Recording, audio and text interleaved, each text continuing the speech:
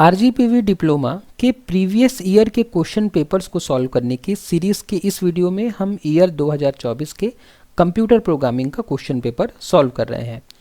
और आज के इस वीडियो में हम इस क्वेश्चन पेपर का क्वेश्चन नंबर 6 का ऑप्शन ए सॉल्व करेंगे। तो आज के इस वीडियो के लिए जो हमारे पास क्वेश्चन है वो है कि what is recursion, what is the need of recursion, या रिकर्सन क्या है, रिकर्सन की क्या आवश्यकता है। तो अगर आपके सेमेस्टर एग्जाम में आपसे क्वेश्चन पूछा जाता है कि रिकर्सन क्या है, रिकर्सन की क्या आवश्यकता है, तो आप इस क्वेश्चन का आंसर कुछ इस तरीके से अपने एग्जाम में लिख सकते हैं। तो चलिए आज के इस वीडियो में हम इस क्वेश्चन के इस आंसर को डिटेल में समझना शुरू करते हैं।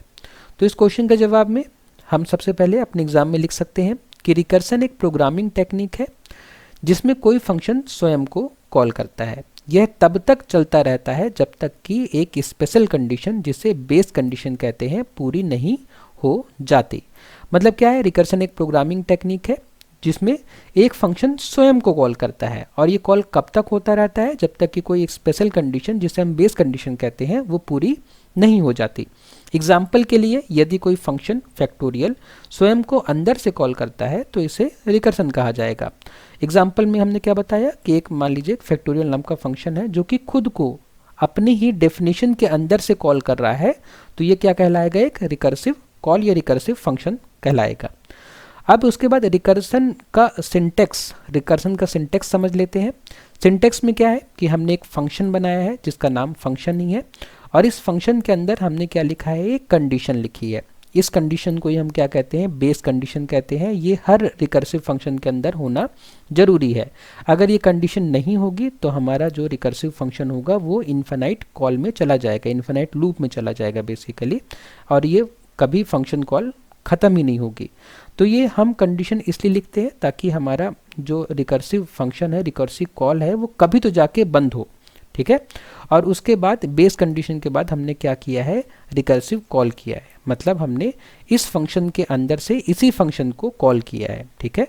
तो जब ये फंक्शन कॉल होगा, फंक्शन नाम का फंक्शन कॉल होगा, ये बेस कंडीशन चेक होगी। बेस कंडीशन अगर गलत है तो कंट्रोल जाएगा इस फंक्शन में, और ये फिर से यहाँ पे क्या हो रहा है, फंक्शन कॉल हो रहा है, हमारा कंट्रोल फिर जाएगा इस फंक्शन में, फिर बेस कंडीशन चेक होगी। बेस कंडीशन अगर गलत है तो फिर से फंक्शन कॉल होगी, और ये कब तक चलता रहेगा, जब तक कि ये बेस कंडीशन जिसको हम चेक कर रहे हैं वो ट्रू नहीं हो जाती, ठीक है। जब ये कंडीशन ट्रू हो जाएगी तो हम इफ़ के अंदर जाएंगे और ये फंक्शन की वैल्यू या जो भी हमें रिटर्न करना होगा हम रिटर्न कर देंगे या प्रिंट कर देंगे, ठीक है।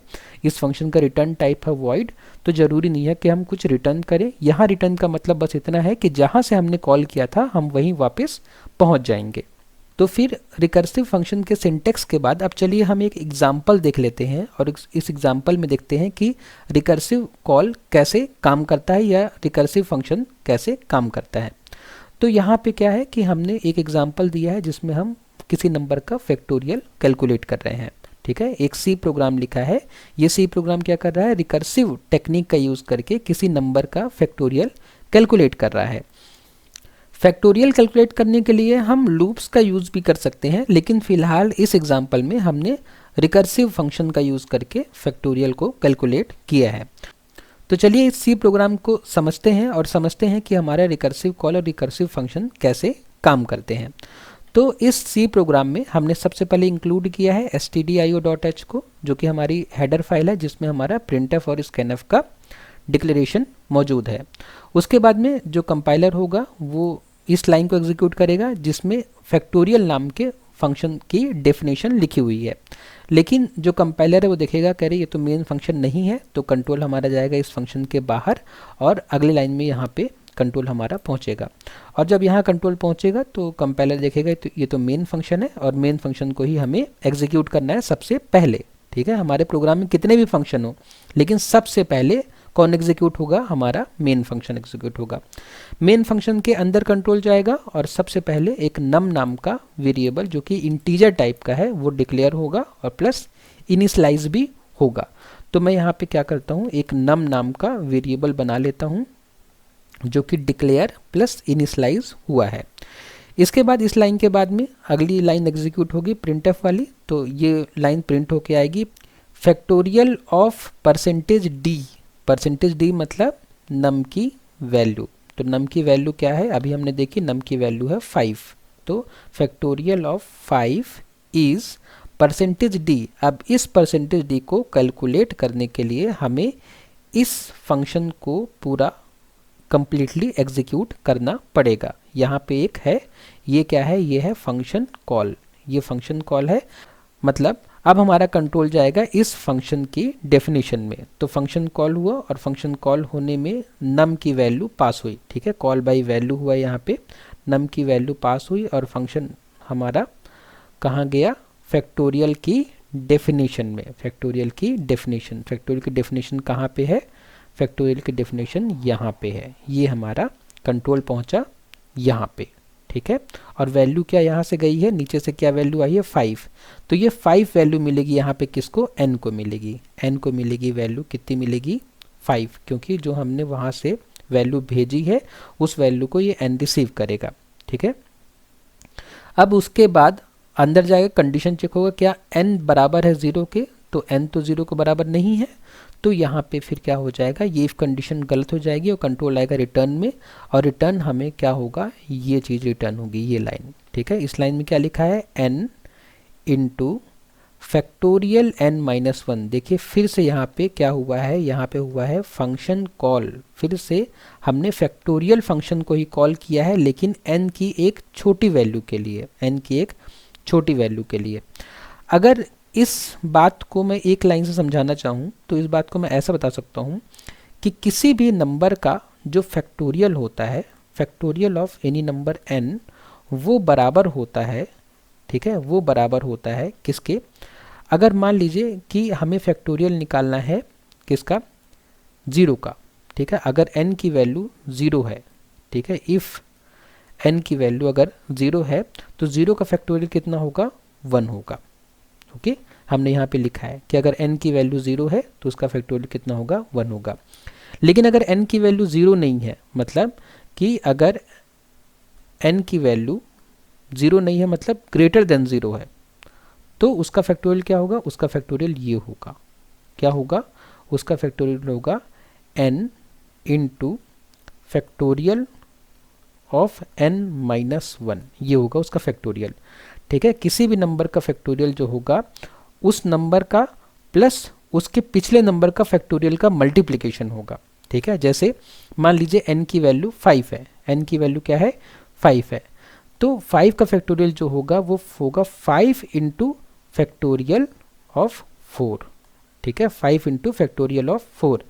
तो अब अगर हमें 5 का फैक्टोरियल चाहिए, अगर हमें n का फैक्टोरियल चाहिए, तो हमें क्या निकालना पड़ेगा, n इंटू n-1, जो कि फॉर्मूला हमने n-1 का फैक्टोरियल, ठीक है, जो कि हमने फॉर्मूला अपनी किताबों में भी पढ़ा है, मैथमेटिक्स की किताबों में ये फॉर्मूला हमने पढ़ा है। तो किसी नंबर n का फैक्टोरियल उस नंबर का मल्टीप्लिकेशन उसके पिछले नंबर के फैक्टोरियल से करने पे हमें मिल जाएगा। लेकिन पिछले नंबर का फैक्टोरियल क्या होगा, तो वो भी हमें ऐसे ही करना पड़ेगा। वो क्या करना पड़ेगा कि वो नंबर मतलब 4 इंटू इससे एक छोटे नंबर का फैक्टोरियल, मतलब फैक्टोरियल ऑफ 3। ठीक है, इसी तरीके से 3 का फैक्टोरियल निकालने के लिए हमें क्या करना पड़ेगा, 3 इंटू इससे एक छोटा नंबर उसका फैक्टोरियल, तो फैक्टोरियल ऑफ 2।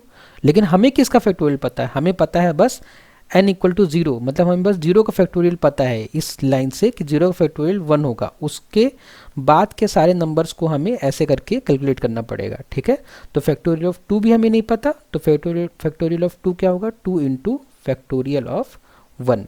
हमें फैक्टोरियल ऑफ 1 भी नहीं पता, तो फैक्टोरियल ऑफ 1 क्या होगा, 1 into factorial of 0। Okay, factorial of 0 क्या हमें पता है, हाँ हमें फैक्टोरियल ऑफ 0 यहाँ से पता है, ये यहाँ से हमें पता है। फैक्टोरियल ऑफ 0 क्या होता है, 1 होता है, तो फैक्टोरियल ऑफ 0 हमें पता है कि 1 होता है। तो 1 इंटू 1 ये सॉल्व होगा, ये दोनों लाइन 1 इंटू 1 क्या हो जाएगा, 1 हो जाएगा। तो फैक्टोरियल ऑफ 1 कितना हो गया, 1। अब इन दोनों का मल्टीप्लीकेशन होगा 2 और 1 का, तो कितना हो जाएगा, फैक्टोरियल ऑफ 2 2 हो जाएगा। ठीक है, क्योंकि फैक्टोरियल ऑफ 2 निकालने के लिए हमें क्या करना था, 2 और फैक्टोरियल को मल्टीप्लाई करना था। फैक्टोरियल 1 की वैल्यू हमें मिल गई 1, तो 2 इंटू 1 ये हो जाएगा फैक्टोरियल 2 की वैल्यू। उसी तरीके से 3 इंटू 2 करने से हमें क्या मिल जाएगा, फैक्टोरियल 3 की वैल्यू, जो कि 6 होगा। ठीक है, उसी तरीके से 4 इंटू 6 करने से हमें क्या मिल जाएगा, फैक्टोरियल 4 की वैल्यू। और उसके बाद में 5 इंटू 24 करने से हमें क्या मिल जाएगा, फैक्टोरियल 5 की वैल्यू, 5 फैक्टोरियल की वैल्यू मिल जाएगी कितनी, 120। ठीक है, तो हमने इसी फॉर्मूले को हमने क्या कर दिया है, रिकर्सिव फंक्शन में इंप्लीमेंट कर दिया है।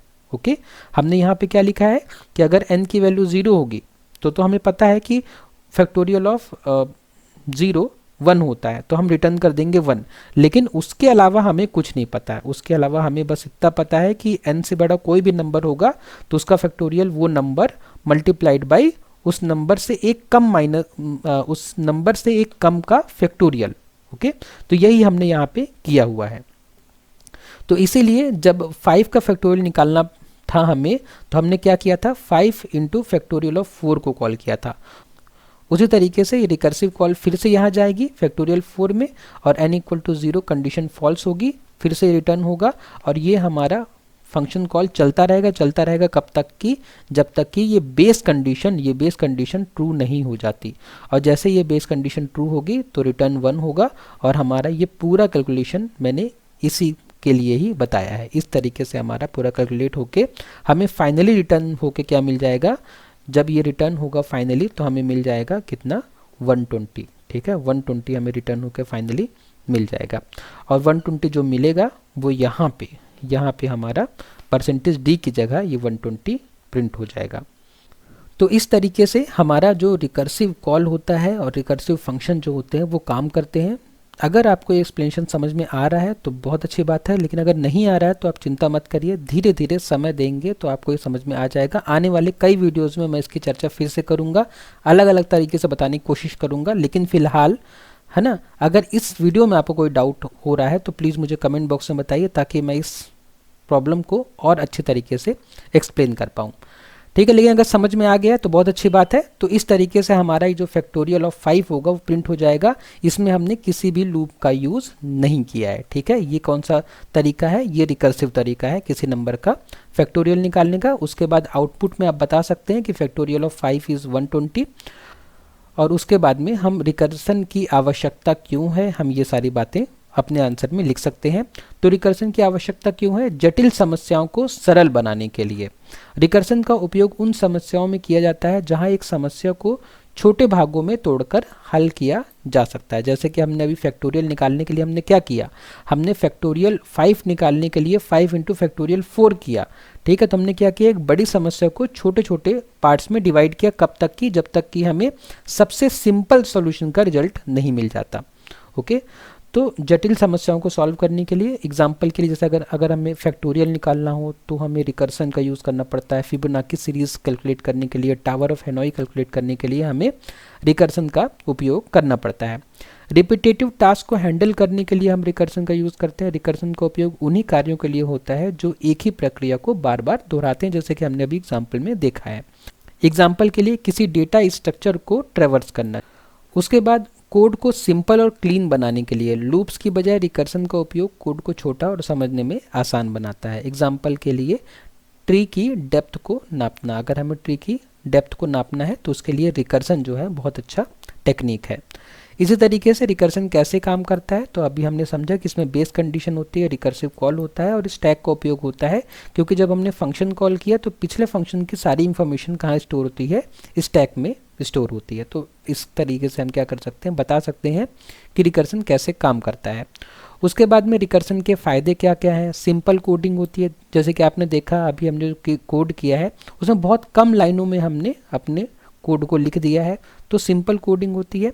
डेटा स्ट्रक्चर के साथ बेहतर उपयोग होता है, जैसे अगर हमें ट्री, ग्राफ और डेटा स्ट्रक्चर को ट्रेवर्स करना होता है तो हम रिकर्सन का उपयोग करते हैं। उसी तरीके से रिकर्सन के कुछ नुकसान भी हैं, जैसे मेमोरी इसमें काफ़ी ज़्यादा लगती है। हर रिकर्सिव कॉल के लिए स्टैक में मेमोरी लगती है। ठीक है, जब भी हम रिकर्सिव कॉल करते हैं तो वो पुराना जो डेटा है उसको स्टोर करने के लिए स्टैक में स्पेस लगता है। डीप रिकर्सन से स्टैक ओवरफ्लो हो सकता है। तो अगर आपका रिकर्सन बहुत ज़्यादा डीप है, मतलब बहुत बार फंक्शन कॉल हो रही है, तो स्टैक ओवरफ्लो हो सकता है। लूप्स, फिर दूसरा पॉइंट है कि धीमी गति। लूप्स की तुलना में रिकर्सन धीमा हो सकता है क्योंकि हर कॉल में स्टैक ओवरहेड होता है। ठीक है, क्योंकि हम बार बार स्टैक का डेटा हम पुश करते जा रहे हैं, बाद में डेटा को पॉप करेंगे तो वो काफ़ी हैंडी प्रोसेस हो जाता है, इसलिए थोड़ा धीमा होता है लूप्स के कंपैरिजन में। कहाँ उपयोग करें और कहाँ नहीं, हम अगर रिकर्सन हमें यूज़ करना है तो फैक्टोरियल, फिबोनाची, मैथमेटिकल प्रॉब्लम के लिए, ट्री और ग्राफ के लिए, और जब समस्या को छोटे भागों में तोड़ा जा सकता है तब हम रिकर्सन का उपयोग करें। और कहाँ उपयोग ना करें, जहाँ मेमोरी की कमी हो वहाँ हम उपयोग ना करें। और सरल समस्याएं जिन्हें लूप से आसानी से हल किया जा सके, अगर आपके पास कोई समस्या ऐसी है जिसे लूप से आप बहुत आसानी से हल कर सकते हैं तो उसके लिए रिकर्सन का यूज़ ना करें। उसके बाद में कंक्लूजन में या निष्कर्ष में आप लिख सकते हैं कि रिकर्सन एक शक्तिशाली टूल है, लेकिन इसे सावधानी पूर्वक उपयोग करना चाहिए। समस्याओं को हल करने के लिए यह सरलता प्रदान करता है, लेकिन मेमोरी और परफॉर्मेंस का ध्यान रखना आवश्यक है। इस तरीके से आप इस क्वेश्चन का आंसर लिख सकते हैं और निष्कर्ष में आप बता सकते हैं जो आपने ऊपर समझाया है उसको 2 लाइन में आप समराइज कर सकते हैं। तो इस तरीके से हम इस क्वेश्चन का आंसर अपने एग्जाम में लिख सकते हैं। अगर इस आंसर में आपको कोई डाउट है, इस एक्सप्लेनेशन में आपको कोई डाउट है तो प्लीज़ मुझे कमेंट बॉक्स में बताइए। नेक्स्ट वीडियो में जब हम मिलेंगे तो हम इस क्वेश्चन पेपर का नेक्स्ट क्वेश्चन सॉल्व करेंगे। वीडियो को लास्ट तक देखने के लिए धन्यवाद।